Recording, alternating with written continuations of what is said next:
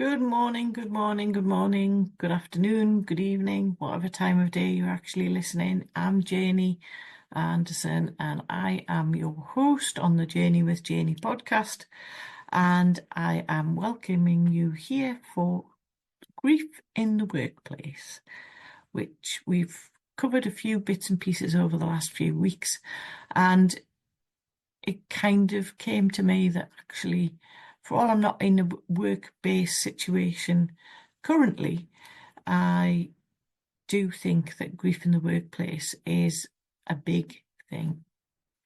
So we don't often talk about grief in the workplace. It's very similar to what we discussed like last week. It's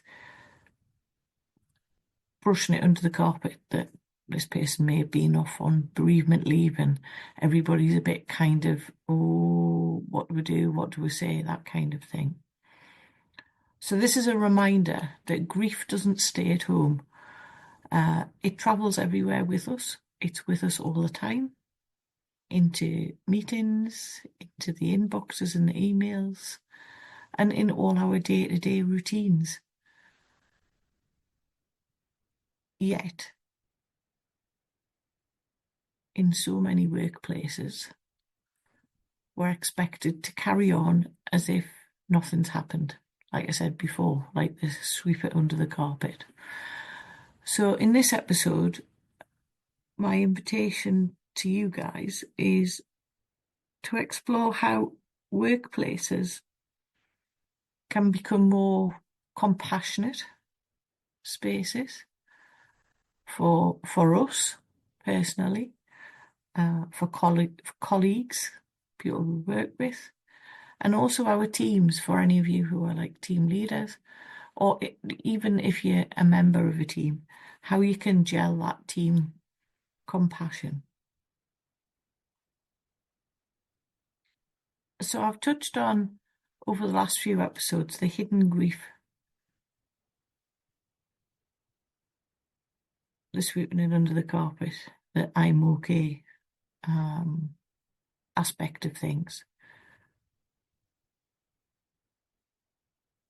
And all I'm going to say is grief at work isn't somebody sitting crying into their cup of coffee or their cup of tea. Sometimes it can just be somebody sat in silence. And I've done it myself, even when I've been out with friends. I've just kind of gone into almost like a trance state. The colleague might look withdrawn, just not really focused. And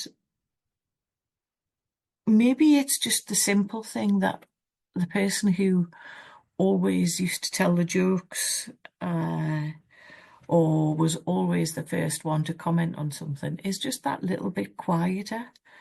It's just noticing and being aware of people. So it's improving your people skills. And while I always talk about grief as being, the reason I'm here talking about it, these things can also link into mental health issues and things as well. It's not just grief. So, and that links back into, it's not all just about the death of somebody. It is identity. It could be a health issue, security, or even a role that they're actually doing that they don't feel at home with, if that makes sense. So what I'm saying is the workplace is often felt like something totally separate from personal life. And it's almost like we don't give space for the human side of things in the workplace.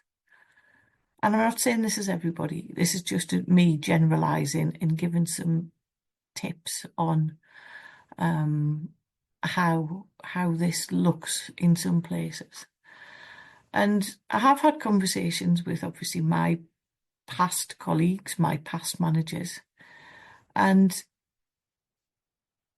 even just in conversations with networking events or, anywhere I've been, if the workplace comes up, it's often something that's brought up. And people often say, we really want to help, but we don't know what to say. And I get that. And from a manager or a team point of view, they really do want to help. And then if you switch that to like the personal side, like the person who is in grief or, for whatever reason, they're all saying, I wish work understood what I'm carrying, how I'm feeling. So the grief literacy, almost like what I've got used to talking about, is is being able to understand and to respond to the grief with compassion, like I mentioned before. And, when you think of a workplace, there could be one or two people in the team, it could be a huge company. And it's not always simple. And all I'm saying is support doesn't have to mean massive, huge gestures or policies. It can start with that small human interaction. Basically like a manager asking, how are you today? Rather than, are you back to normal? Because what is normal? Who knows? It's the offering of some flexibility. If you need to pop off and sit and have 5 minutes in silence to just bring yourself back to the now without any judgment, without anybody saying, oh, she's off again, or oh, he's off, he's disappeared again, he's popped outside for some fresh air, or she's gone for a walk. What planet's she on? Just give people a bit of breathing space. I think the biggie for me is actually talking about it. Talk about the person who died. Conversations about loss of identity. Make it normal. I know I said what is normal, but make it so that people have these conversations.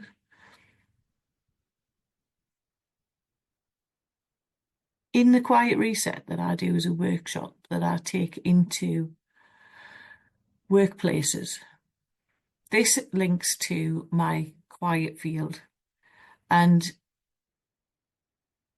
it is all about pausing, having time to think, having time to reflect, and being comfortable with having these conversations.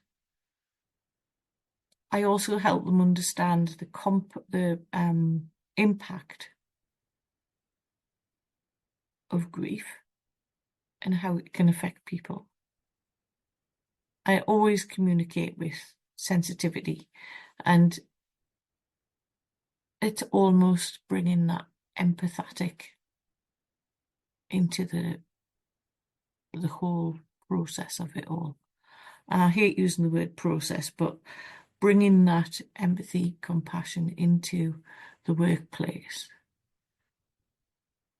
and actually acknowledging it. And that helps build trust between the employee and the employer. And when people feel seen and heard, they start to be more involved and engage more because they feel they have their meaning back.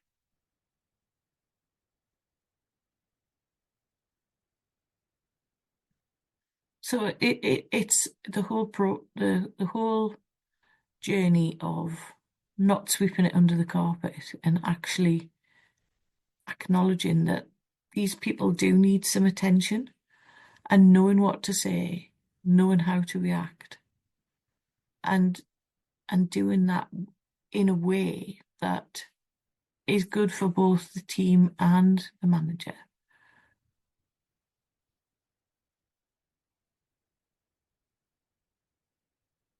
When Jonathan died, I was in full-time work, even though I was, in between recoveries from my hip operations. But I still tried to, I was still having conversations with work. And I do know, and I have spoken to some of the team since I made the decision to leave, that they did find it hard. They did find it difficult to speak to me because they didn't know what to say.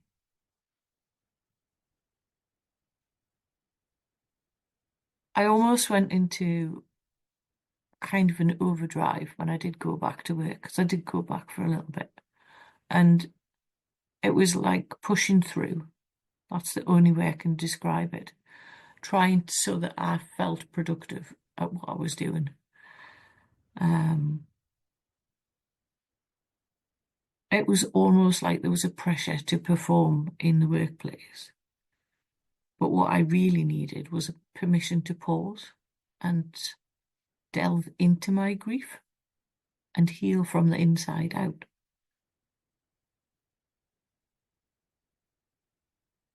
And we don't need fixing. We need understanding and space to pause with where we're at, which is why the quiet field, where you come and you're not on the roller coaster of life.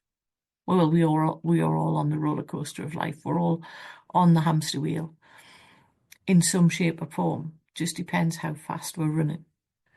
So it's being able to pause and take those small, simple steps.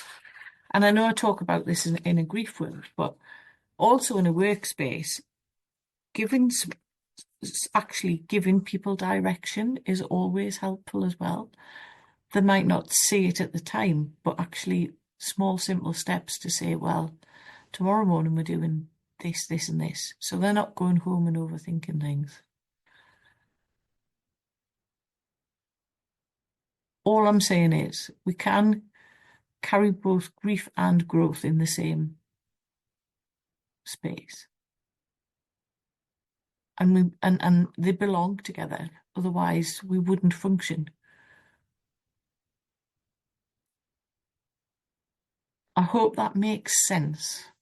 And I'm not really sure I've actually said too much today that will help people.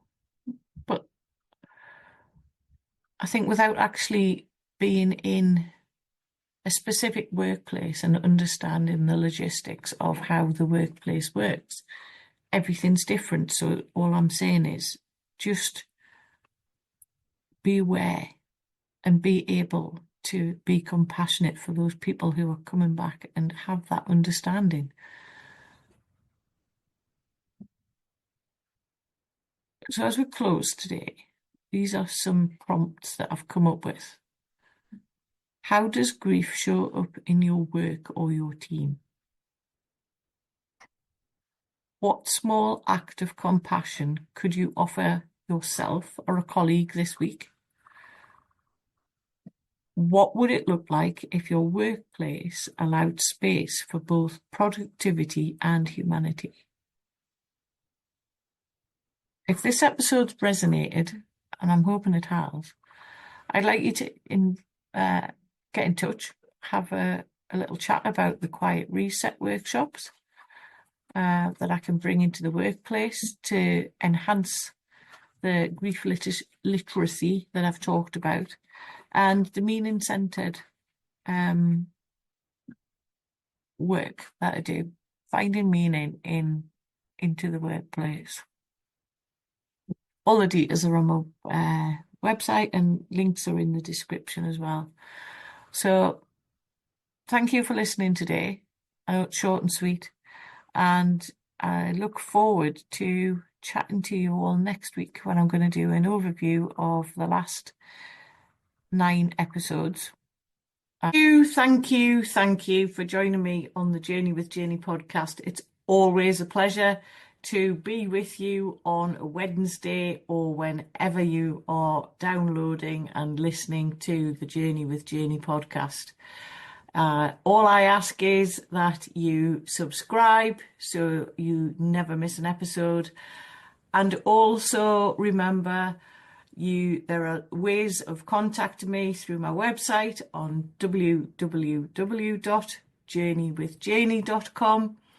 There's a contact button to book a call, which is a free 15-minute call, and all the details of the ways to work with me are on my website.